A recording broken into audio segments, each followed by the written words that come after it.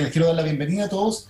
Bienvenidos a este panel de debate en que vamos a abordar distintas perspectivas y vamos a tratar de responder las preguntas que ustedes han hecho sobre la primera conversación en el tema que nos convoca hoy, que son las pensiones. Esta es una iniciativa inédita en el país, que creo que tiene un valor enorme para la democracia.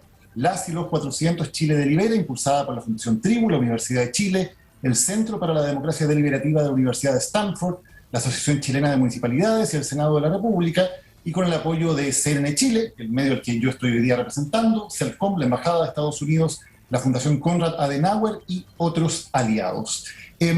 Primero quiero partir por saludar a las y los 400 que nos están viendo, que han venido de una sesión plenaria de conversación y de debate sobre este tema, que espero que haya sido muy enriquecedora.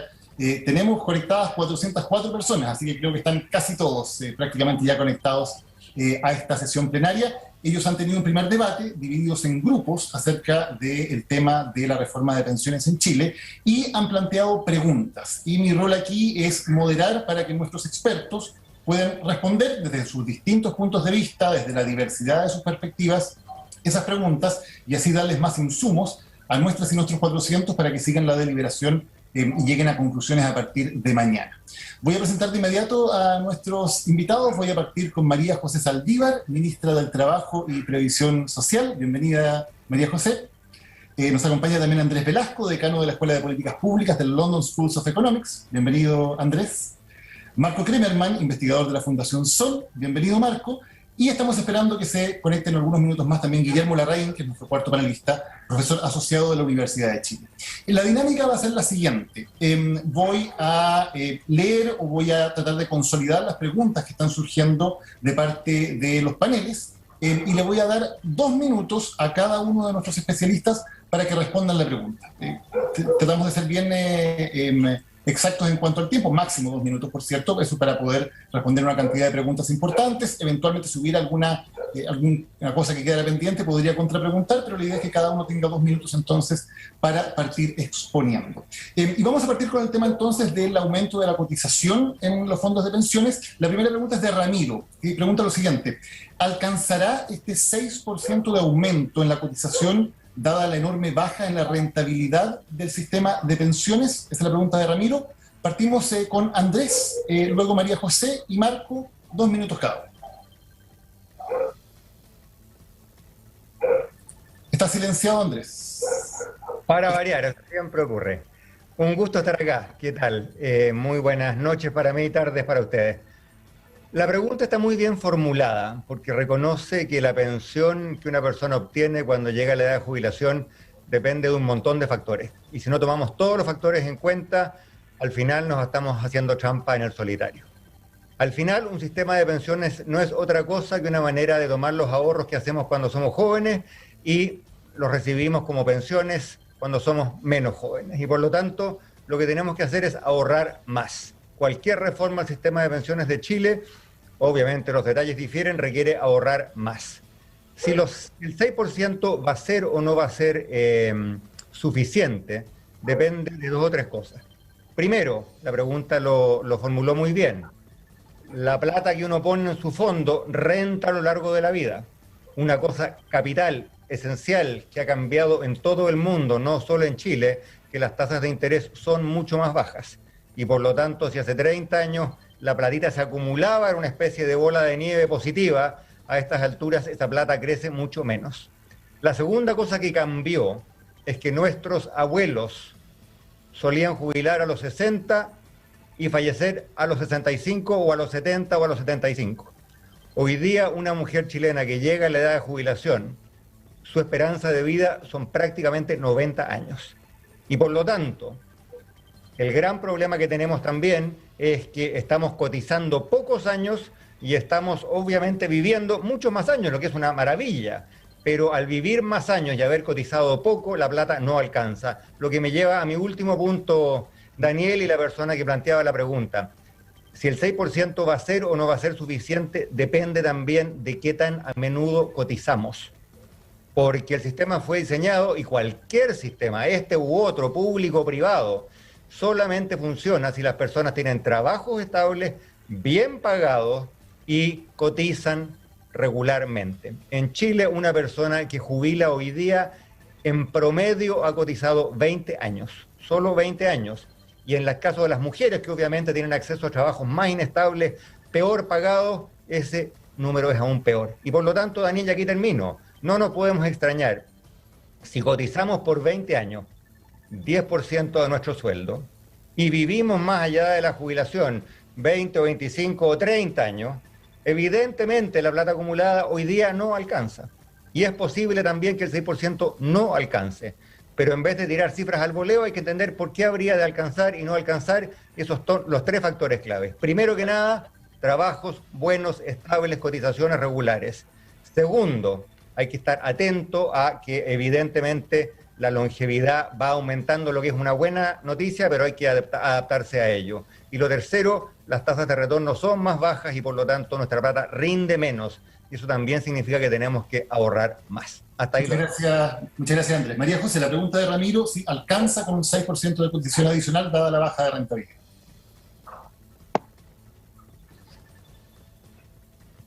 ¿Está silenciada, María José? Ahí sí. Ahí sí. Lo primero es que hay que tener presente, como lo preguntaba Andrés, que son muchos los factores que hay que considerar. Y por lo tanto, este aumento del 6%, lo primero es que nunca más podemos quedarnos con una tasa de cotización fija por 40 años. Y esto acá fue una brutalidad, que el sistema se ideara en el año 80 y no volviéramos a revisar la tasa de cotización. Esto acá tiene que hacerse de manera permanente. Pero no nos sirve cotizar un 10, un 16, un 20% si no lo hacemos de manera continua, si no lo hacemos por la totalidad de los ingresos y si no generamos fuertes incentivos para que la gente cotice siempre. Y es por eso entonces que el proyecto que se está tramitando contiene temas que son súper relevantes, cómo mejorar la cobranza de las cotizaciones, cómo generar incentivos reales para cotizar, y de esta manera entonces nosotros poder tener una muchísimo y más robusta historia previsional. Más o menos lo que decía Andrés, una persona trabaja 40 años, 30 años y tiene en promedio entre 12, 15, 20 años de cotizaciones. El resto del tiempo lo trabajó, sí, pero no cotizó.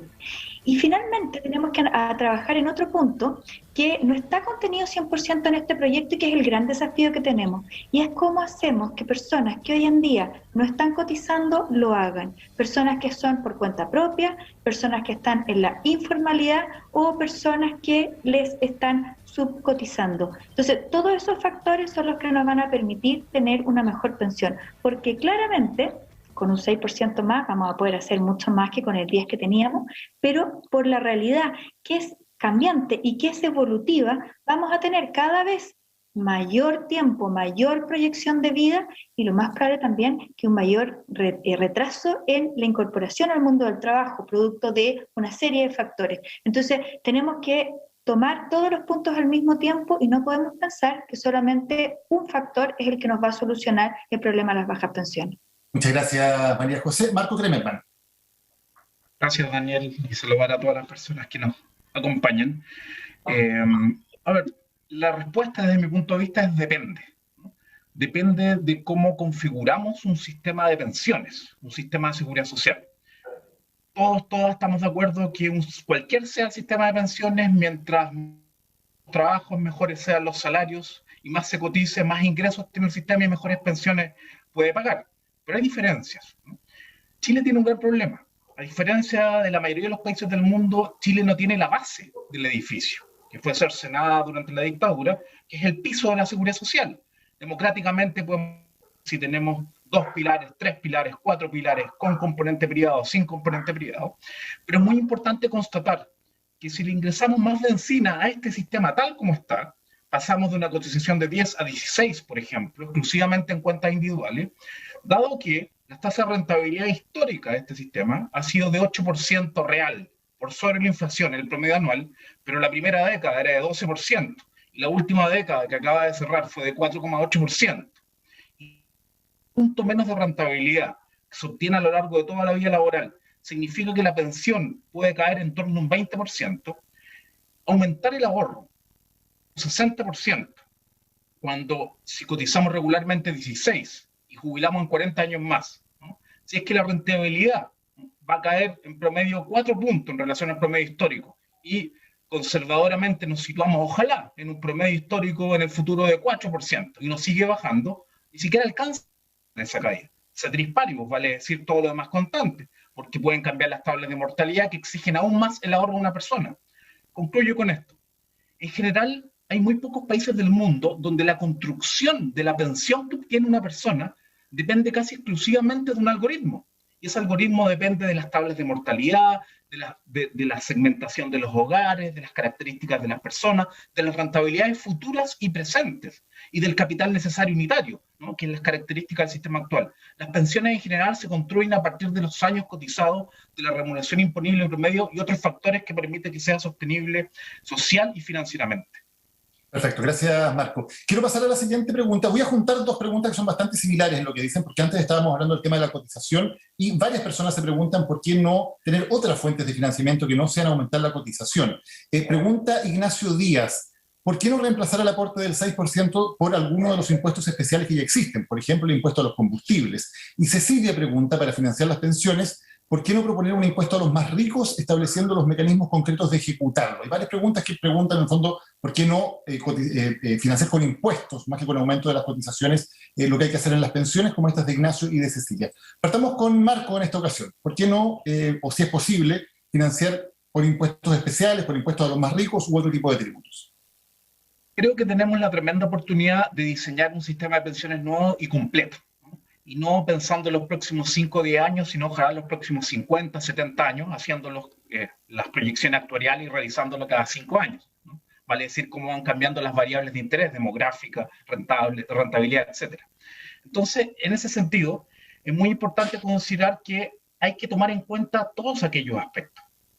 Entonces, uno consideraría, por ejemplo, que un sistema de pensiones tiene o puede tener distintas fuentes de financiamiento. Actualmente se financia a través de cotizaciones prácticamente íntegramente de trabajadores y trabajadores. Lo único que aporta el empleador es el seguro de invalidez y sobrevivencia, que aproximadamente es el 2% de las remuneraciones.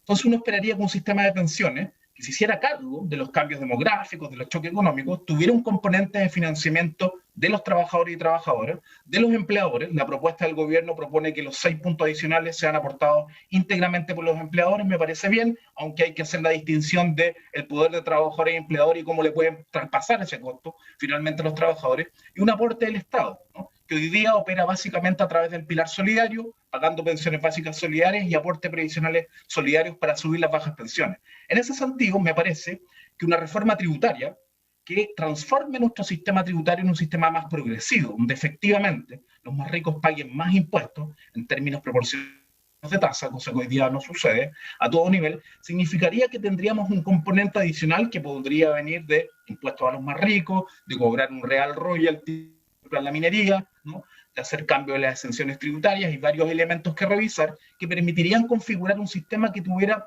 3 fuentes de financiamiento bien claras. Pero con esto termino. Además de las fuentes de financiamiento, tenemos que saber con exactitud a dónde queremos llegar en pensiones. ¿Cuáles van a ser las garantías que vamos a establecer responsablemente? El derecho a la pensión mínima, para ver cuánta plata necesitamos y proyectarla adecuadamente. María José, ¿es posible, como preguntan Ignacio y Cecilia, reemplazar este 6% de cotización por impuestos específicos o impuestos a los más ricos?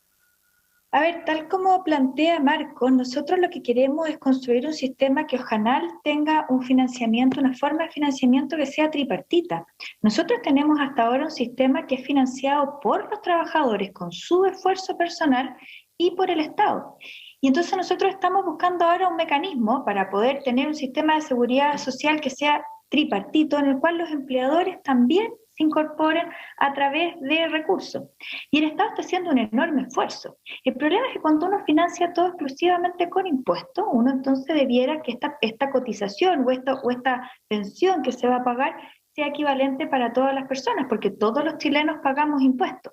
Y esta mejora del 6%, lo que se está pensando es que venga a mejorar las pensiones de aquellas personas que contribuyen al sistema, es decir, de los trabajadores para los cuales sus empleadores van a pagar esas cotizaciones previsionales. Y aquí todavía no estamos entrando a si es que el 6% completo va a un fondo colectivo o si vamos a tener una parte a cuenta individual. Estamos diciendo que ese porcentaje que van a poner los empleadores va a servir para mejorar las pensiones solamente de quienes cotizan. Y es el Estado el que tiene que contribuir y entregarle mejoras a las pensiones del resto de las personas, que no necesariamente son trabajadores formales. Si nosotros siguiéramos lo que plantea Marcos, tendríamos, por ejemplo, a todos los informales o tendríamos a todas aquellas personas que trabajan por cuenta propia, que sí pagan impuestos, como el IVA, como el impuesto a la vecina, una serie de otros impuestos que no recibirían beneficios por parte del Estado en esta lógica de tema de pensión. Entonces, lo que estamos construyendo es un sistema en que efectivamente sea tripartito, que el Estado contribuya a través de impuestos generales de la nación a financiar un robusto pilar solidario, que ahora estaríamos planteando lo que llega a la clase media, que los trabajadores financien con su esfuerzo individual sus pensiones y que por primera vez en muchísimos años en nuestro país los empleadores contribuyan con un aumento de la tasa de cotización de un 6% y que venga a beneficiar a esos mismos trabajadores para quienes sus empleadores cotizaron. Yo sé que nosotros tenemos que robustecer nuestro sistema porque hasta ahora tenemos una pata que nos está quedando coja y que es la clase media y que es en donde el Estado hasta ahora no ha intervenido de forma decidida y es lo que queremos hacer a través del pilar solidario. Gracias, María José. Andrés Velasco, ¿es posible reemplazar o suplementar el 6% de la cotización con impuestos específicos o impuestos a los más ricos? Tú cambiaste la pregunta, Daniel. Ellos preguntaban, ¿es posible reemplazar? Mi respuesta honesta, me duele la guata, pero lo voy a decir, es que no es posible. Ahora Daniel le puso un suple que me parece muy interesante. ¿Es posible suplementar? Absolutamente sí. ¿Qué quiero decir con esto? A mí no me cabe ninguna duda que las pensiones más bajas en Chile, el Estado va a tener que suplementarlas. De hecho, empezó a suplementarlas a partir del año 2008, cuando hicimos una reforma previsional que creó el que hoy día se llama el Pilar Solidario. Pero no nos perdamos en este punto.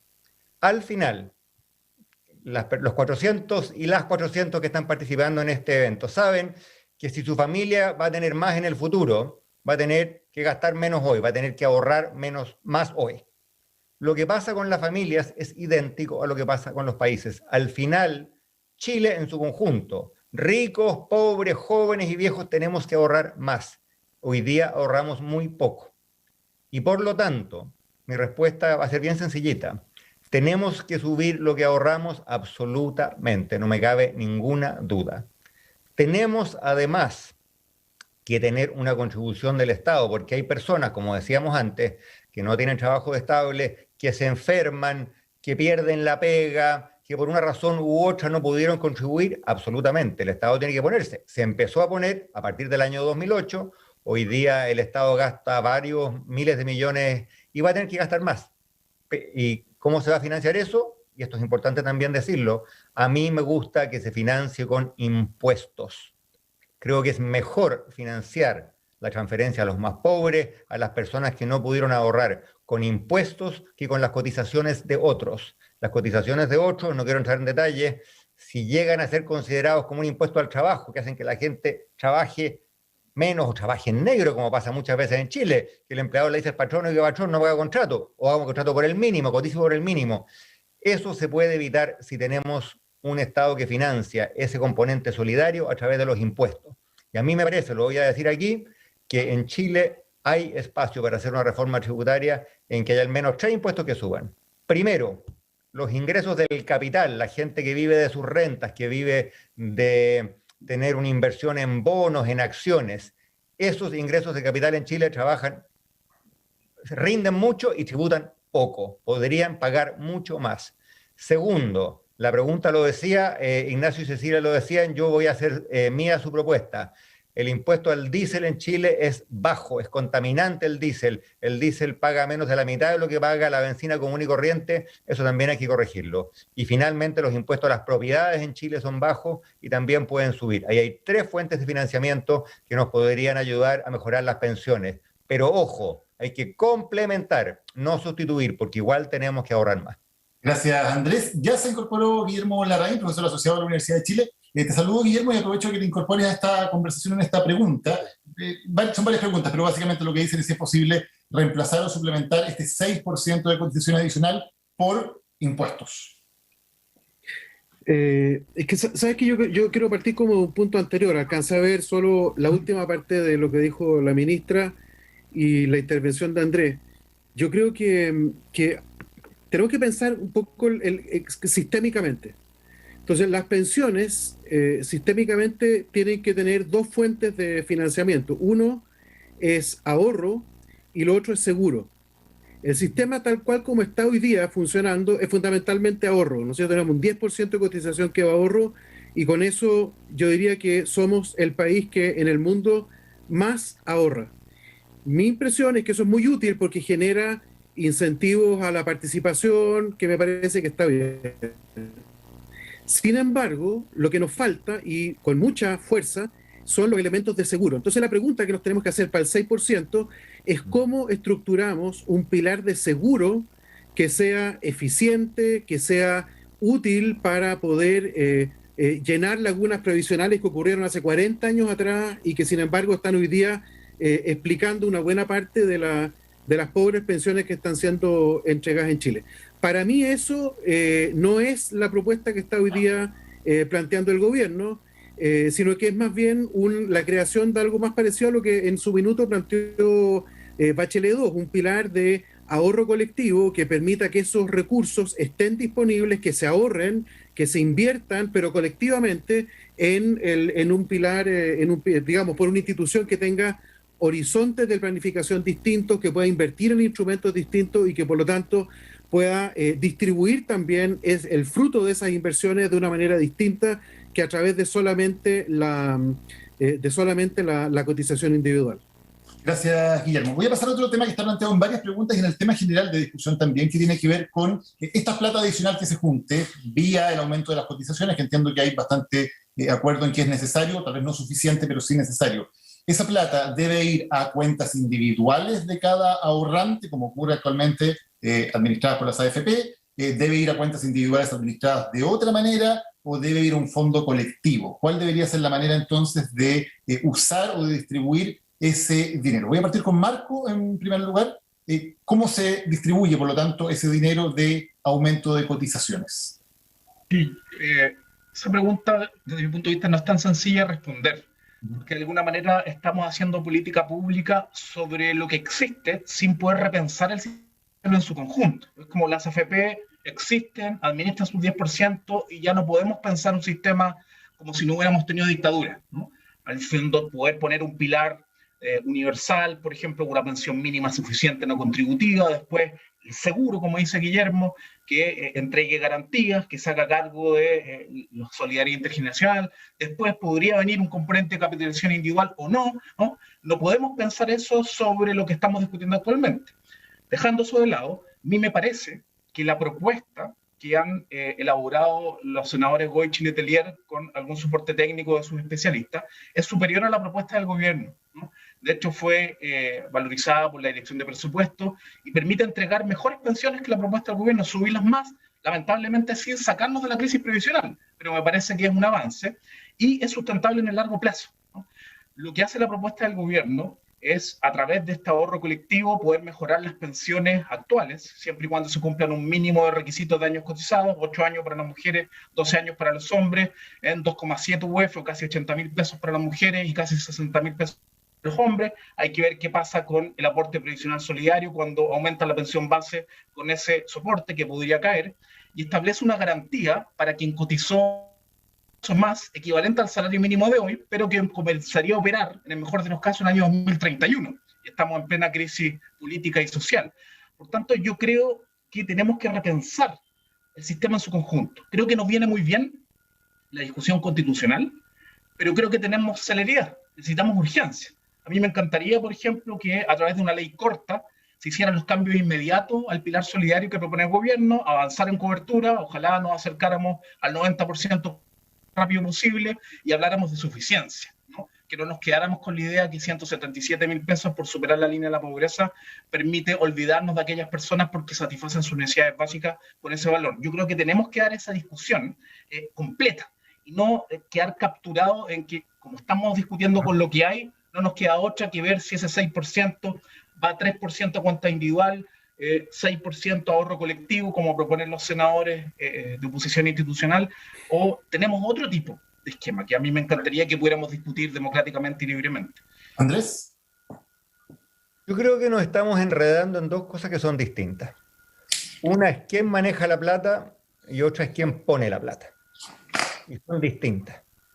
Porque buena parte del debate que tenemos en Chile es acerca de si las AFP son buenas y malas, y a mí en la personal las AFP no me gustan. Pero sea la AFP, sea el Estado, sea quien sea, no podemos ignorar la pregunta básica, que es la cantidad de plata que estamos ahorrando es insuficiente y aunque la maneje el viejito pascuero, no va a alcanzar. Entonces, yo vuelvo a lo medular aquí, y me gustó mucho como lo planteó Guillermo Larraín, yo estoy de acuerdo. ¿Tenemos que ahorrar más? Tenemos que ahorrar más. Tenemos que tener además un componente de seguro solidario que nos permita que quienes se quedaron atrás por una razón u otra no pudieron ahorrar, no pudieron trabajar o no ganaron lo suficiente, tengan una pensión digna, absolutamente. Eso significa que primero tenemos que ahorrar más. Segundo, que parte de esa cotización adicional tiene que ir al componente de seguro, como lo llamó Guillermo, a mí me gusta esa formulación, pero también no nos hagamos trampa en el solitario, porque si todo el 6% va a repartir hoy, cuando los jubilados actuales lleguen a los 60, perdón, cuando los jóvenes actuales lleguen a los 65 años y se jubilen, la plata de nuevo no va a alcanzar. Y por lo tanto, probablemente los aquí presentes ya no vamos a estar en la tele haciendo esta discusión, pero va a haber otros que van a hacer la misma discusión y van a estar entrampados en el mismo problema. Entonces, hay que ahorrar más absolutamente, hay que meterle un componente de seguro, como decía Guillermo Larraín, absolutamente, y separadamente hablemos de quién maneja esa plata. La propuesta que hicieron los senadores Letelier y Goich a mí me gusta. De hecho, no quiero aquí hacerme el dueño de la propuesta porque tiene muchos dueños, pero yo planteé algo muy similar hace ya varios años, hace como 6 o 7 años, que no es acerca de cuánto se ahorra, es acerca de cómo se manejan las platas. Las AFP en Chile llevan a cabo dos labores a la vez que no tienen por qué hacerle a la misma institución. Por un lado, administran fondos, pero al mismo tiempo hacen todo el papeleo, el manejo de cuentas, la atención a clientes, etc. Como lo segundo es muy caro, tenemos 5 AFP en Chile, o en algún momento ha habido 6 AFP en Chile, cuando podría haber instituciones que manejen la plata de los chilenos de modo más barata, que hubiese 20 de ellas, o 30 de ellas, o 40 de ellos, y que además no hubiese un gerente de inversión que maneja decenas de miles de millones de dólares y tiene un tremendo control sobre cómo se asignan las inversiones en Chile. Entonces a mí me gusta la idea de decir, las AFP como existe, dejan de existir, va a haber un componente potente de ahorro individual, donde va a haber muchas entidades públicas y privadas que compitan por por administrar bien esa plata, y que toda la labor de manejo de cuentas, toda la labor de papeleo, toda la labor de atención de clientes la haga el Estado, como se hace, por ejemplo, en Suecia, como se hace en muchos países avanzados, con costos más bajos para el ahorrante. Gracias. Creo que eso tiene una ventaja desde el punto de vista de la eficiencia y tiene una ventaja además desde el punto de vista de la legitimidad. Pero habiendo dicho eso, ese problema no quita lo medular, y aquí termino, Daniel, hay que ahorrar más. Ok. María José. A ver, bueno, la pregunta es complicada, sobre todo si nosotros partimos de la base que tenemos una realidad, tal como plantea Marcos, aquí nosotros no estamos haciendo un sistema de cero, sino que nosotros estamos partiendo respecto a la realidad que tenemos actualmente. Yo estoy leyendo al mismo tiempo los chats que envían y es cierto, en Chile la realidad salarial es que los sueldos son muy bajos. Es cierto que la mayoría de las personas están absolutamente sobreendeudadas. Es cierto que es muy difícil hablar de ahorrar más cuando uno tiene un sueldo que no alcanza a llegar a final de mes, y todo eso estamos absolutamente conscientes. Esta tasa de cotización, este aumento de la tasa de cotización, lo primero que es muy importante que quede muy claro que es de cargo del empleador y que no va a afectar el líquido imponible que están recibiendo las personas. Esto de acá no va a afectar el líquido, esto de acá es una cotización que va a pagar el empleador. Por lo tanto, cuando estamos hablando de ahorrar más, no estamos diciendo que los trabajadores tengan que necesariamente contribuir de mayor manera. Eso es lo primero. Lo segundo es que es fundamental para poder ahorrar más que existan incentivos, es decir, que yo voy a tener un beneficio respecto de lo que yo estoy ahorrando más. Y cuando estoy hablando de ahorrar más, es también tener el incentivo, tal como planteaba Andrés, a que exigirle a mi empleador que me cotice por lo que corresponde y que me cotice todos los meses. Si yo tengo claridad respecto de que esos recursos que mi empleador está cotizando para mí, yo voy a ver finalmente algún fruto, lo más probable es que yo sea mucho más riguroso en revisar que mes a mes me estén haciendo el pago de mis cotizaciones y hacer las acciones de cobranza cuando corresponda, si es que no está así ocurriendo. Y por lo tanto, acá yo creo que es bien importante tener presente que para poder mejorar las pensiones es necesario que haya mayor ahorro, eso lo hemos dicho todos, pero también es necesario generar incentivos para que esas cotizaciones se hagan de la manera que corresponda. Pero sin perjuicio de eso, también es fundamental que nosotros seamos conscientes que tenemos que corregir ciertas brechas que se dan en el mundo del trabajo. La brecha de género, la brecha de ingreso, y es por tanto importantísimo que una parte de esos recursos vayan a servir para poder hacer un sistema mucho más solidario, en el cual nosotros podamos corregir esas brechas con estos recursos que van a ser con cargo de una cotización previsional de cargo del empleador. Gracias. Perdón, no puede ser que Andrés le dé mucho más tiempo que a mí, es que está más lejos, puede ser. Ya, lo último. No, pero lo último. Por lo tanto, es muy importante mantener este equilibrio, porque si yo no mantengo este equilibrio de que todas las personas sientan que les conviene cotizar, finalmente estos recursos que son para solidaridad tampoco van a estar, porque va a existir el mecanismo de desviar o de buscar el mecanismo de que me coticen por menos respecto de los dos componentes. Y eso sí que sería muy negativo tanto para el colectivo como para la persona individual. Gracias, María José. Guillermo. Yo quiero hacer dos observaciones políticas primero. La primera es que creo que la gente no entendería que pasemos 1, 2, 3 meses más sin aprobar algo que mejore las pensiones ya. En ese sentido, lo que dice Marco de una ley corta que mejore pensiones en el pilar solidario me parece que es súper importante y hacerlo ya, porque la verdad es que no podemos pasar 10 años discutiendo qué hacer con el 6% cuando está el problema de pensiones que conocemos. Esa es la primera. La segunda es que creo que la situación política del país es tan aguda que tenemos que poner sobre la mesa virtualmente todo. Y yo creo que eso es muy importante decir que acá no debe haber tabúes. Por ejemplo, la tasa de cotización del 10% que hoy día va a la AFP, yo no veo por qué tiene que ser 10%. Sé que yo prefiero, y quiero ponerlo en estos términos, si ese 10% me parece que está bien, o sea, me parece que ese 10% está sobre la mesa. Ahora, mi opinión técnica, sabiendo que entonces la democracia tiene que decidir qué hacer con ese 10%, es que si ese 10% fuera ahorro, a seguro, estaríamos haciéndolo mal, porque ese seguro se iría íntegro a pagar pensiones actuales y al día siguiente ya no habría más plata. Entonces necesitamos combinar ahorro con seguro, aun cuando todo esté arriba de la mesa para el juego democrático, en particular juego democrático después de la convención constitucional. Entonces me parece que tenemos que plantearnos este dilema entre ahorro y seguro en forma constructiva y ambos tienen que estar. Dado que estoy seguro que tiene que haber ahorro, la pregunta es ¿quién lo administra? Si es que van a haber privados administrando, eso se puede llamar del nombre que sea. Hoy día se llaman AFP, le podemos cambiar el nombre, pero en la medida que tengan las capacidades que hoy día tienen las personas, por ejemplo, de cambiarse de proveedor de uno a otro, la regulación no va a ser muy distinta.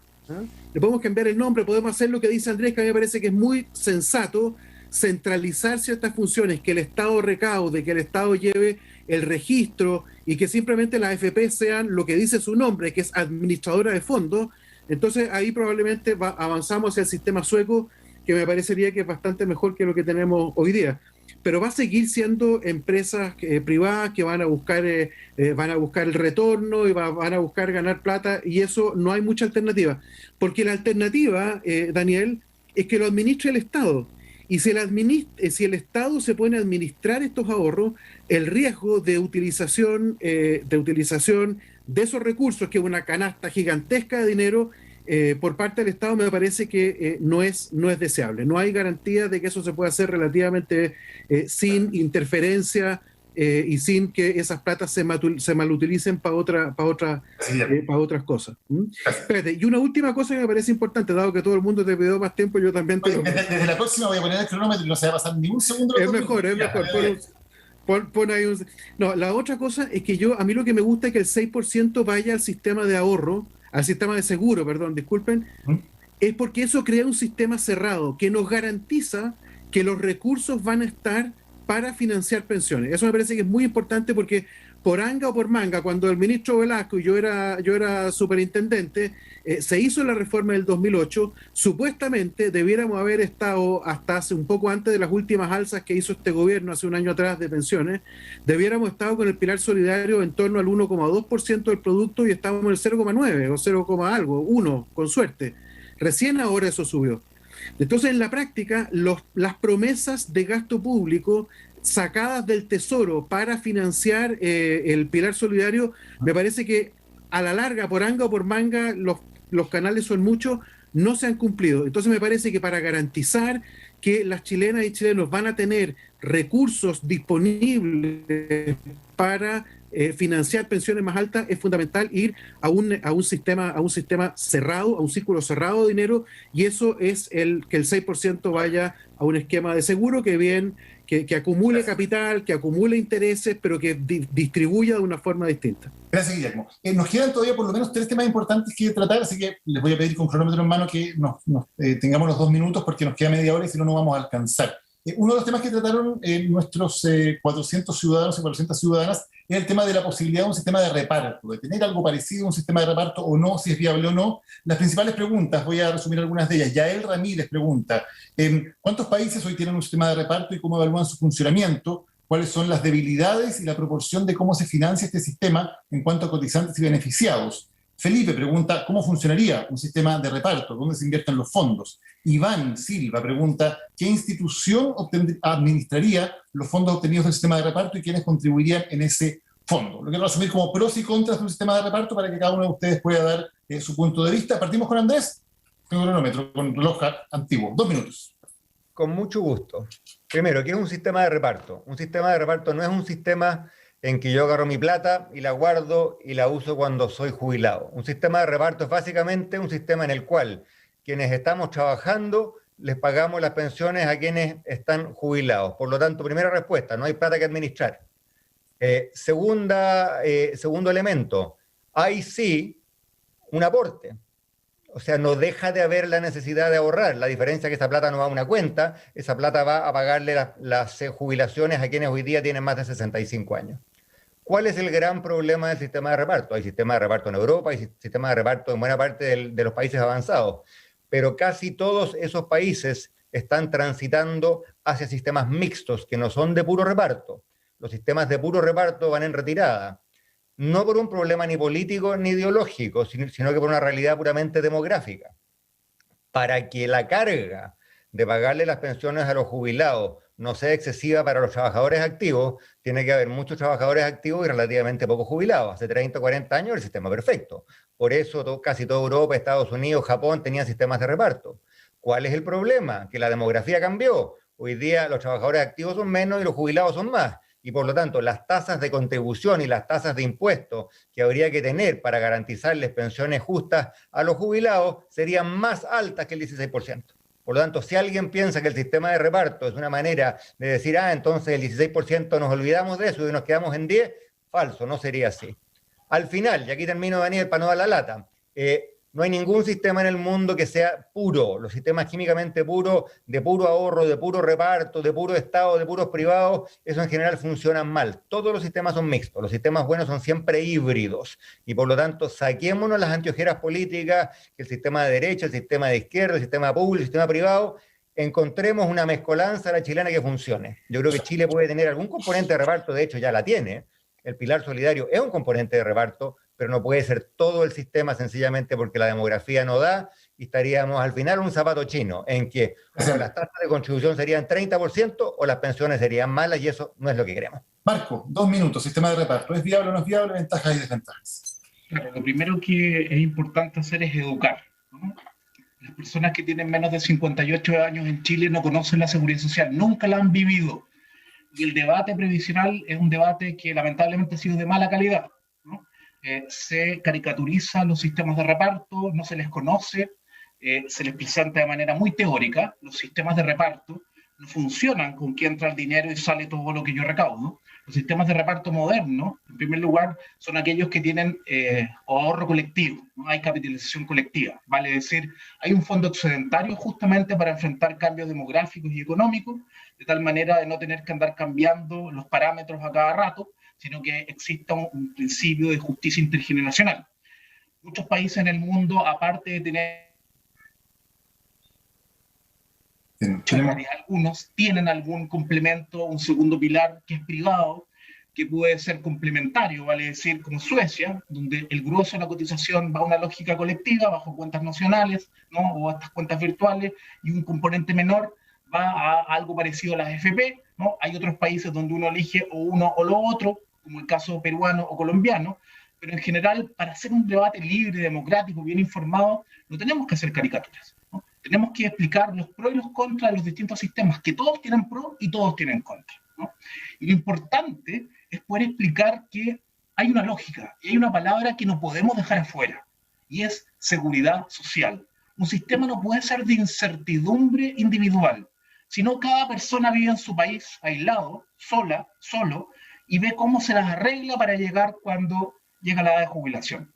Un país, me parece que tiene que establecer garantías mínimas, suficientes, universalidad, los principios de la seguridad social, tienen que estar presentes. Como dice Andrés, cada país verá cómo lo hace, ¿no? Cuáles son los pilares que tiene, pero a mí me parece que un sistema de reparto moderno, como el que nosotros hemos ayudado a construir la Coordinadora Nómada AFP, que está disponible para verlo, es debatible para el debate democrático. Gracias, Marco. Guillermo, sistema de reparto.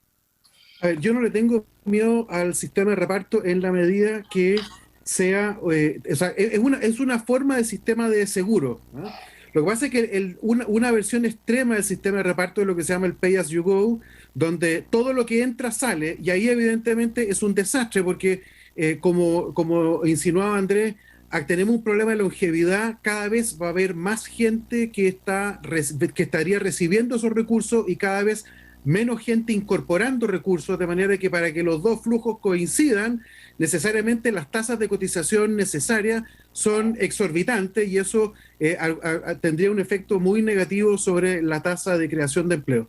Pero en principio me parece que, nuevamente vuelvo a mi mantra, pensemos esto como un seguro. El sistema de reparto es una forma de sistema de seguro que bien estructurado puede ser útil.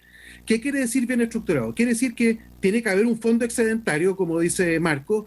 El problema, y por eso yo prefiero plantearlo en términos de seguro, es que cuando ese fondo excedentario se deja a la gestión política de corto plazo, lo que va a ocurrir es que ese fondo excedentario va a tender a o no crecer para tratar de dar más beneficios o va a de alguna forma a no acumular lo suficiente. Entonces, me parece que pensarlo como un seguro es más claro porque permite asegurarle a las generaciones que siguen que los recursos que están en ese fondo excedentario que decía Marco son recursos que efectivamente existen. Hay instrumentos financieros que se van a estar acumulando y que van a ser capaces de financiar los beneficios que se prometen.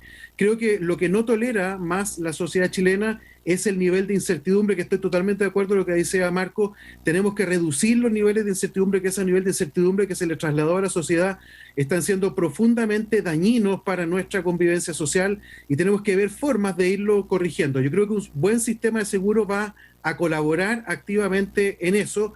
No implica eso eliminar el componente de ahorro, porque todos los sistemas, como decía Andrés, tienen que ser mixtos. Hoy día no se tolera de otra forma, pero es importante entonces pensarlo en términos de seguro más que como un sistema de reparto, que es un cliché que no quiere decir mucho. Perfecto. María José. Bueno, a ver, tal como señalan, los sistemas de reparto hoy en día, los modernos, tienen reservas, ¿no es cierto? Pero el problema aquí es súper concreto, que es un tema demográfico. Cada vez tenemos menos personas activas por personas pasivas y por lo tanto la única forma para poder mantener el sistema nivelado es aumentar la tasa de cotización o aumentar la edad de jubilación. Los países con sistemas de reparto, los europeos, están ya con edades de jubilación que son cercanas a los 70 años, 67 años en caso de algunos. Por lo tanto, tenemos que buscar la manera para ajustar, porque la plata es una sola que va entrando, entra cada vez menos plata y tenemos que financiar más pensiones por más años, porque también se produce este efecto del aumento de la expectativa de vida. Por lo tanto, es bien complejo. Y lo segundo también que hay que tener presente es que en estos sistemas de reparto no todos tienen derecho a pensión, solamente quienes cumplen con determinados requisitos. Si yo tengo, por ejemplo, menos de 20 años de cotización, en Chile tengo una mala pensión. En algunos sistemas de reparto no tengo derecho a pensión o tengo derecho a media pensión. No hay que olvidar que en el antiguo sistema chileno, si yo no era en algunas cajas imponente activo, es decir, si a mí me habían despedido 2 años antes de pensionarme, no tenía derecho a pensión, aunque hubiese cotizado por cerca de 40 años. Todas esas cosas uno las puede corregir, pero son las bases con las cuales se hace un sistema de reparto, que lo que busca es que la plata me sirva para financiar las pensiones. Entonces, nosotros lo que tenemos que ver es cómo realmente podemos hacer un sistema sustentable y sostenible en el tiempo. Y eso implica estar abiertos a aumentar permanentemente la tasa de cotización de cargo del empleador y del trabajador. Tenemos ejemplos de tasas de cotización que llegan al 25, al 30%, o aumentar la edad de jubilación también de manera permanente.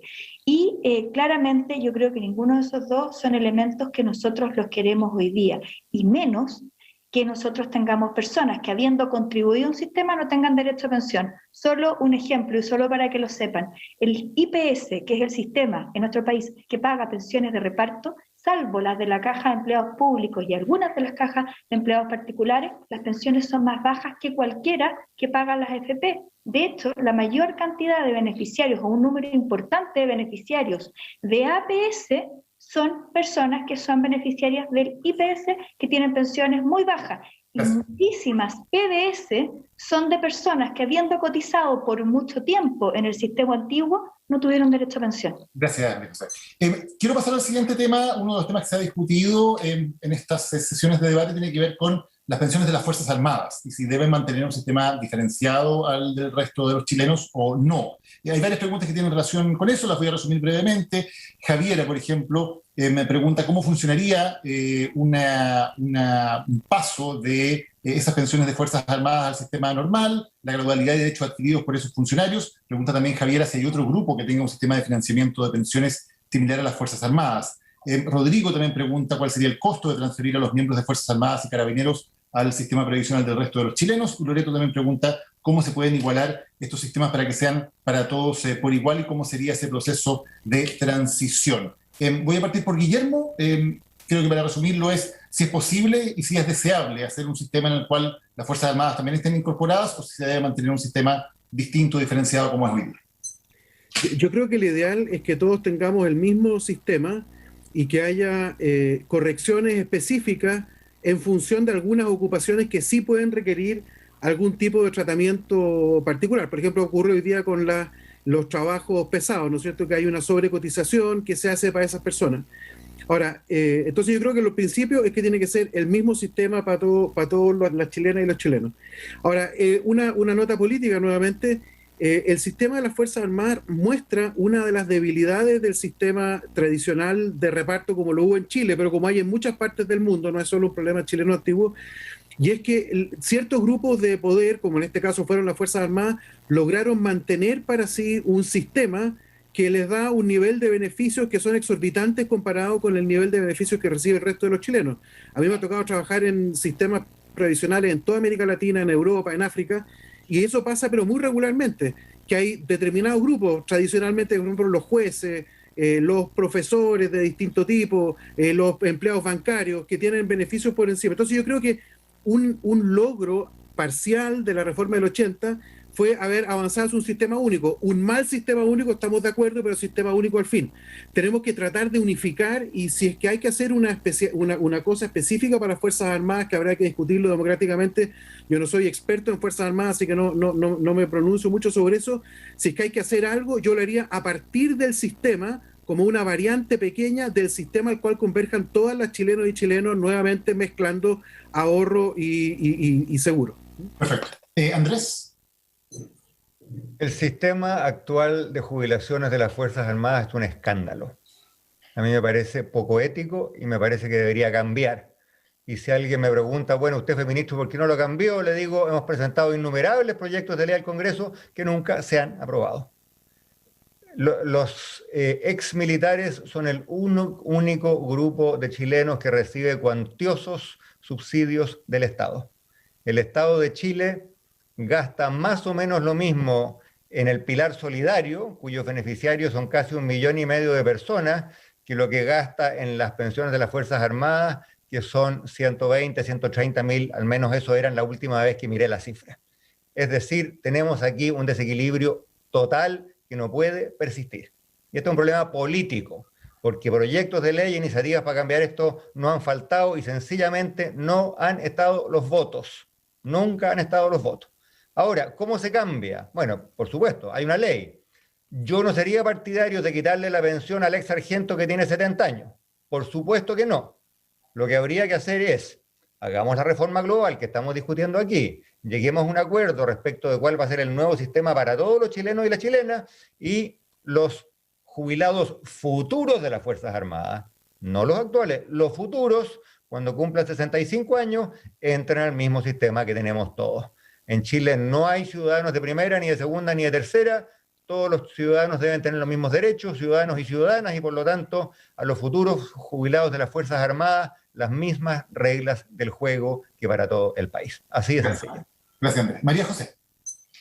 Bueno, la verdad del tema de las Fuerzas Armadas es un tema bien complejo y de hecho en prácticamente todos los países del mundo tienen un sistema de pensiones distinto porque está vinculada con la vida militar. Yo solamente mientras soy militar puedo tener acceso a una pensión y por lo tanto si yo dejo, por ejemplo, mi carrera a los 10 años, a pesar de haber contribuido al sistema, me voy sin llevarme esos fondos.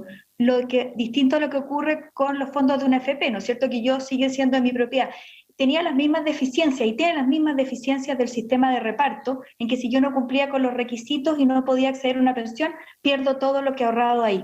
Pero es cierto, y hay un proyecto de ley que presentó este gobierno, al inicio de este gobierno, extendiendo la carrera militar, a fin de que sea muchísimo más larga y por lo tanto también los requisitos para poder acceder a las pensiones sean muchísimo más exigentes. Es decir, que yo pueda acceder a lo que se habla como una media pensión o una pensión completa, que es los mismos parámetros que habla la OIT respecto de los sistemas de reparto con sus pensiones, cumpliendo requisitos que sean muchísimo más gravosos. Ese proyecto está en la Cámara de Diputados, se ha debatido por mucho tiempo, tal como plantea Andrés. Muchas veces se han presentado proyectos en este sentido y yo creo que uno debiera ir avanzando en ese sentido, pero siempre reconociendo que tienen características que son particulares las Fuerzas Armadas y es por eso que en todos los países del mundo o en muchísimos países del mundo tienen un sistema de pensiones que es distinto al del resto de las personas.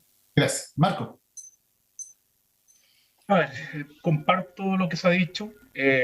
Deberíamos todos y todas estar en un mismo sistema. Y me parece que la manera de reconocer que hay ciertos trabajos que son distintos y tienen una carga física y mental que puede generar un deterioro anticipado de esos trabajadores y trabajadoras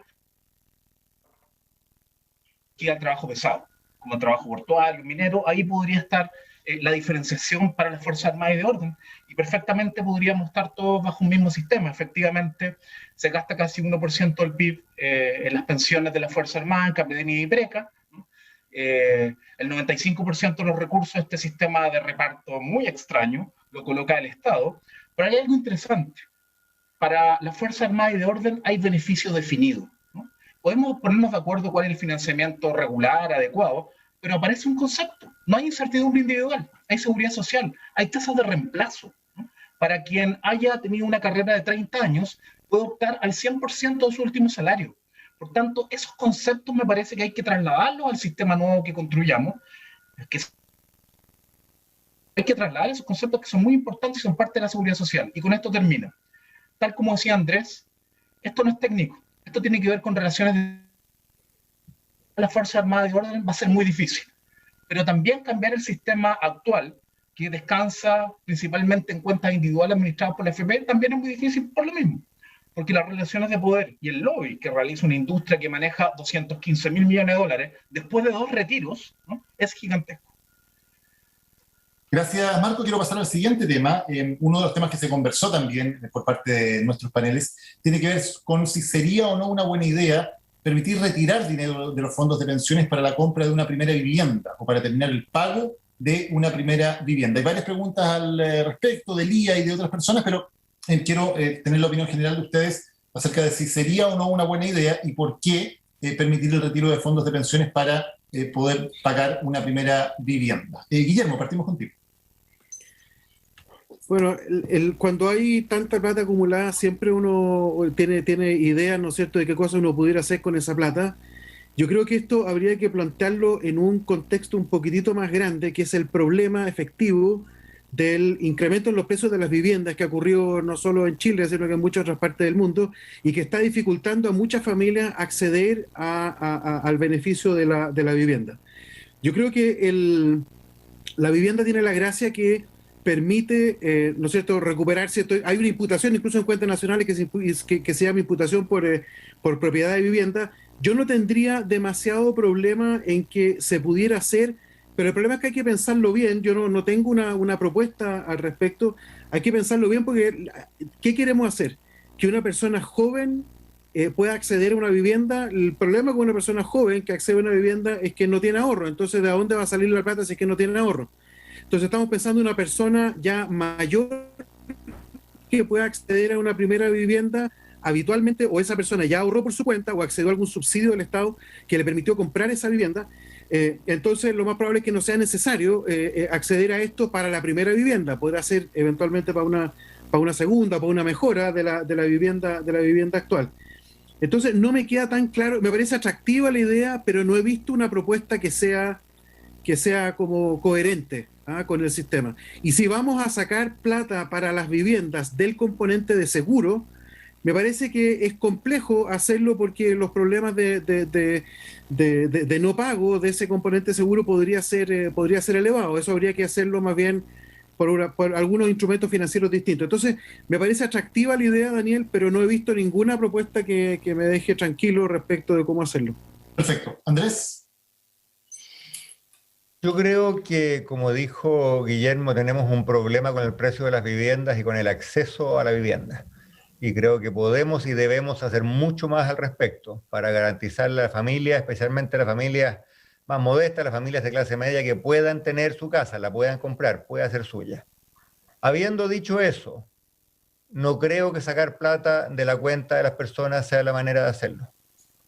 Déjenme plantearlo de un modo bien claro, quizás hasta un poco rudo. Este es un sistema de ahorro obligatorio. Nos obligamos como sociedad a nosotros mismos a ahorrar. Y eso sería cierto en un sistema de reparto. Siempre el Estado nos va a obligar a que parte del sueldo a fin de mes lo dediquemos a la seguridad social. ¿Ok? Y por lo tanto, no hay sistema en el mundo, ni de izquierda ni de derecha, país rico, país pobre, que no tenga un componente obligatorio. Nos obligamos como sociedad, porque si tenemos derechos a los cuales queremos optar y queremos ejercer, también tenemos obligaciones. Y por lo tanto, yo no creo que esas obligaciones haya que empezar a aportillarlas, porque obviamente el tema de la vivienda es clave, súper difícil, súper complicado, súper urgente, pero hay una cantidad grande también. ¿Por qué no para la educación? ¿Por qué no para la salud? ¿Por qué no para hacer una inversión en una pyme? Todas súper loables, todas súper importantes, pero ¿por qué una y no las otras? Y por lo tanto yo separaría las dos cosas. Hay que hacer un esfuerzo más decidido para que el Estado y el sistema privado, el sistema financiero en especial, pongan más lucas sobre la mesa para que la gente pueda tener su primera vivienda. Pero yo no sacaría la plata de las pensiones. Eso al final es de vestir un santo para vestir otro. Gracias, Andrés. María José. Bueno, en este punto concuerdo plenamente con lo que se ha dicho hasta ahora. Yo creo que llevamos años buscando el mecanismo para poder mejorar las pensiones, y para poder mejorar las pensiones necesitamos tener más recursos. Si nosotros usamos estos recursos, por muy loable que sea la finalidad, para otra cosa, vamos a tener este problema que nos viene a golpear cuando estamos en un momento en el que tenemos muy pocas opciones, ¿no es cierto? Porque ya hemos vivido gran parte de nuestra vida y estamos en el fondo en una situación en la que por la vejez ya no estamos en condiciones de poder encontrar otra fuente de financiamiento.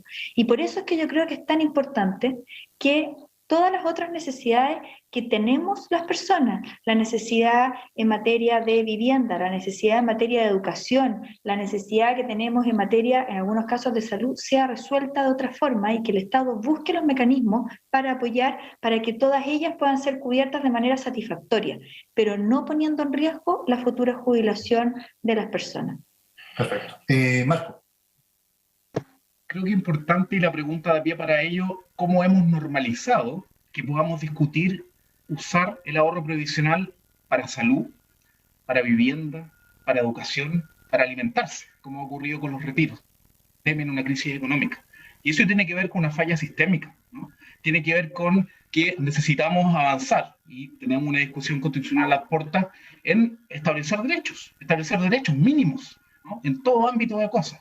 Y por tanto, en términos teóricos y generales, a mí me parece que si tuviéramos un sistema de seguridad social, los recursos que ahí están ahorrados son para pagar pensiones y hay que cuidarlos mucho. Esa es su función, pagar pensiones, construir pensiones que sean sostenibles para las generaciones que vienen a futuro. Pero a mí me parece legítimo que cuando eso no ocurre, se haga un debate, ¿no? Así como es legítimo que las personas se preguntan si yo puedo individual para financiar una vivienda porque aparentemente me podría salir más barato que hacerlo a través de un crédito hipotecario, o si es legítimo un retiro, que a mí me parece, insisto, que no es una buena política, jamás lo va a hacer, pero cómo yo puedo darle un portazo a alguien sin darle una solución. Por tanto, a mí me parece al menos es legítimo el debate. Perfecto. Sobre el precio de las viviendas es algo que tenemos que dar en otro lugar. Perfecto. Nos quedan todavía algunos minutos, nos quedan 10 minutos exactamente, así que quiero, como, y algunos de ustedes lo han dicho en la respuesta, ¿no? Que las preguntas los ponen un poco en una caja, ¿no? Donde no es muy fácil debatir más ampliamente porque son preguntas específicas y esa es la idea. Entonces, para la última intervención le quiero pedir a cada uno de ustedes que se sientan libres para, en no más de 2 minutos, diseñar cómo debería ser un sistema de pensiones en Chile. Tal vez en un mundo ideal donde pudiéramos efectivamente generar los cambios, más allá de las presiones de ciertos sectores, de los intereses que se podrían haber afectados. ¿Cómo debería ser un sistema de pensiones que fuera lo mejor posible que ustedes pudieran diseñar para Chile, más allá de que sabemos que siempre hay complicaciones políticas y de intereses en el momento de llevarlos adelante? Así que les quiero hacer esa invitación para los últimos 2 minutos de cada uno de ustedes y que sirvan también de inspiración para el debate que van a tener nuestros panelistas. María José, partamos contigo. Bueno, yo creo que todos queremos tener un sistema de seguridad social que sea mucho más robusto, que pague muchísimas mejores pensiones, que entregue tranquilidad y seguridad, y que sea un sistema de seguridad social que sea solidario. Yo creo que estamos todos de acuerdo en que necesitamos construir, tenemos que avanzar a ese camino. Tenemos acá legítimas diferencias, y yo qué quiero decir, yo he estado muchas veces con Marco en reunión, he estado muchas veces con Guillermo, con Andrés me había tocado menos, y siempre hemos mantenido mucho respeto en las conversaciones, a pesar de que tenemos miradas distintas, pero todos queremos llegar a un mismo objetivo, y yo creo que eso es lo más importante. Pero para poder tener un sistema de seguridad social que sea muy robusto, es necesario que todos estemos claros con que ese es el objetivo. Y ese objetivo se puede cumplir solamente de una manera, en que seamos todos parte de ello, que el Estado intervenga, pero que también cada uno de nosotros contribuya. Y es por eso que es tan importante que todas las personas sean parte de este esfuerzo y se contribuyan. Para eso también es tan importante tener los incentivos, porque si yo finalmente me doy cuenta que da lo mismo si contribuyo o no contribuyo, voy a dejar de ser parte y el sistema completo se va a debilitar. Entonces, ¿qué es lo que nosotros necesitamos? Lo que nosotros necesitamos es un sistema de seguridad social que nos permita entregar mejores pensiones a la totalidad de los chilenos, pero que este sistema sea sostenible y sustentable en el tiempo. Y eso lo podemos hacer buscando los mecanismos de financiamiento y buscando el mecanismo en el cual hay un equilibrio en torno a los beneficios que se están entregando hoy día con respecto a las obligaciones que estamos asumiendo para mañana. Y es fundamental para poder cumplir con eso que los incentivos estén muy bien puestos para que todos seamos y queramos ser parte de este sistema. Si generamos desincentivos en la cotización, si buscamos atajos en la cotización, si buscamos mecanismos a través de los cuales mejoremos hoy día, pero no nos estemos preocupando de la sostenibilidad de forma permanente, vamos a estar estableciendo un sistema que a la larga va a ser sumamente inestable, por más que hoy en día pueda estar a lo mejor duplicando o triplicando los beneficios que se están recibiendo. Guillermo, eso es importante. Guillermo, lo más concreto posible, ¿cuál sería la propuesta? Mira, creo que a nivel constitucional hay que pensar en 2 cosas. Lo primero, establecer un principio de suficiencia. Es decir, las pensiones tienen que tener criterios de suficiencia para que la gente pueda vivir alguna definición que la democracia tendrá que ir definiendo de lo que se considere razonable. No lo podemos definir hoy día por los próximos 50 años, tendrá que ser la democracia que lo haga. Pero que existe un principio de suficiencia me parece importante. Segundo, tiene que haber una mención a dos valores que son relevantes y que son importantes que coexistan. Uno es la solidaridad. un sistema de seguridad social tiene que tener componentes solidarios, no puede no tenerlo, está en el corazón de cualquier contrato social razonablemente establecido.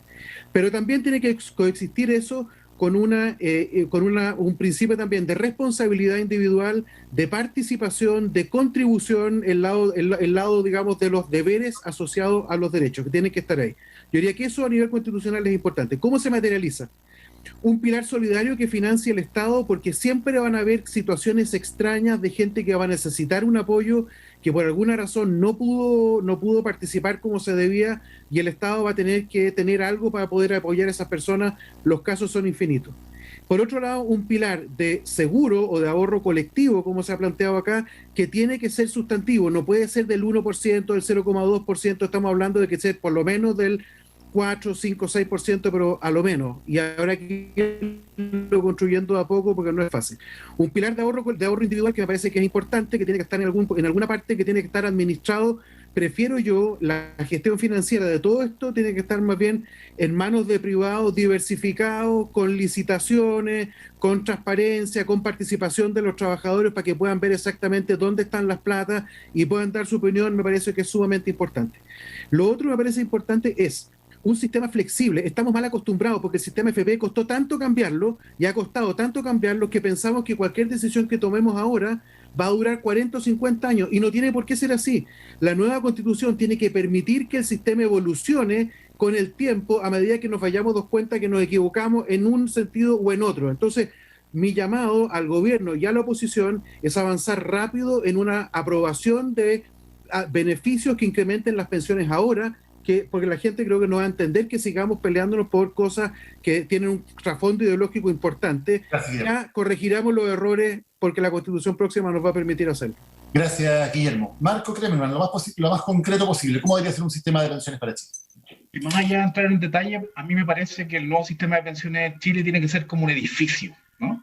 Para que no se caiga. Este sistema, desde mi punto de vista, fracasó al basarse exclusivamente en cuentas individuales y se cayó. El primer pilar tiene que ser un pilar de una pensión universal, no contributiva, donde justamente podamos cumplir el principio de suficiencia que dice Guillermo. Pongamos de acuerdo rápido, ¿no? Vale decir, ojalá acercarnos al salario mínimo para que ninguna persona que se jubile en el país reciba menos de ese valor, para que las pensiones en Chile alcancen para vivir en Chile. Segundo pilar, el seguro social. Ahí está la solidaridad intergeneracional, el beneficio definido, las tasas de reemplazo, las garantías. A mí me parece que eso no puede ser un apéndice de un sistema de seguridad social. Tiene que ser un componente robusto e importante. Para mí, esos son los dos principales componentes. Y democráticamente discutamos si un pilar adicional de cuentas individuales o privadas debe estar o no. La OIT manifiesta que puede ser obligatorio o puede ser voluntario, pero es un complemento. Y a mí me parece que eso es central. Establecer garantías, tasas de reemplazo y traspasarnos desde la incertidumbre individual de seguridad social. Perfecto. Gracias, Marco. Andrés. ¿Cómo debería ser el sistema? Yo creo que podríamos tener un mejor sistema, un buen sistema con 4 principios muy sencillos, Daniel. Primero, único. Un sistema para todo el mundo. No puede haber sistema para civiles, uniformados, eso tiene que acabarse. Segundo, tiene que ser un sistema justo. Un sistema de seguridad social tiene que tener más seguridad y más social. El sistema actual no es propiamente de seguridad social porque no tiene ni suficiente seguridad ni suficiente social. Y para eso hay que inyectarle un componente de seguros, precisamente para aquellas personas que por alguna razón u otra no estuvieron en condiciones de ahorrar lo suficiente. Tercero, tiene que ser sustentable. Es muy fácil hacer campaña diciendo, en mi gobierno vamos a subir las pensiones tanto. Es mucho más difícil garantizar que esa alza vaya a estar en 10 años más y en 20 y en 30 y 40 años más disponible. La historia de América Latina y en alguna medida la historia de nuestro país es la historia de las promesas incumplidas. Suben las pensiones hoy y el día de mañana se tienen que dejar de pagar. Miremos lo que ha pasado en muchos países de América Latina en los últimos años. Se prometen grandes pensiones, a los 5 años el sistema se va a la punta del cerro. Cuarto principio, y aquí termino, Daniel, tiene que ser mixto. Dejemos de lado las ideologías, dejemos de lado las grandes promesas, pongámonos de acuerdo en algo que funcione.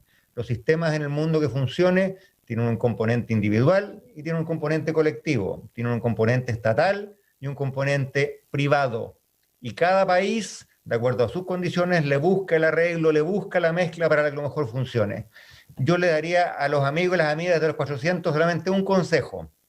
En este tema de las pensiones y en cualquier otro tema, no le crean a alguien que venga y diga, mire, yo tengo la solución, háganme caso a mí, apretamos un botón y todo se arregla. Todas las soluciones son siempre complejas, son siempre parciales, son siempre sistemas mixtos. Así funcionan las sociedades que realmente van solucionando de a poco, pero de modo justo y de modo sustentable los problemas sociales.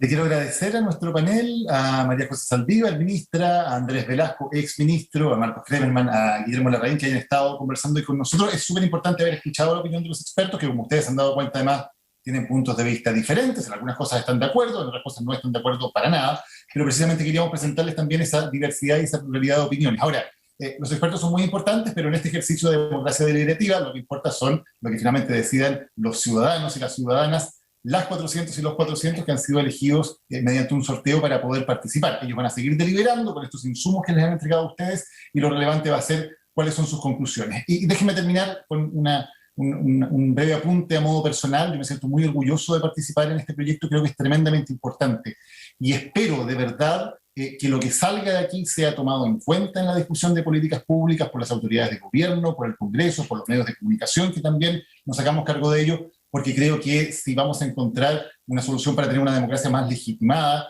buena parte de la solución pasa precisamente por instancias de participación, de deliberación, de poder conversar como lo están haciendo las y los 400, poder verse las caras y poder debatir y discutir con respeto. Creo que esa deliberación es una excelente escuela democrática que ojalá podamos replicarla y ojalá además pueda tener resultados y pueda ser escuchada al momento de generar las políticas públicas. Así que le quiero agradecer a nuestros expertos por haber tenido la gentileza de estar aquí con nosotros, pero muy especialmente también a nuestros 400 que van a seguir entonces con sus deliberaciones. Muchas gracias a todas y todos y muy buenas noches y que sea una excelente discusión también la que sigue mañana y el domingo.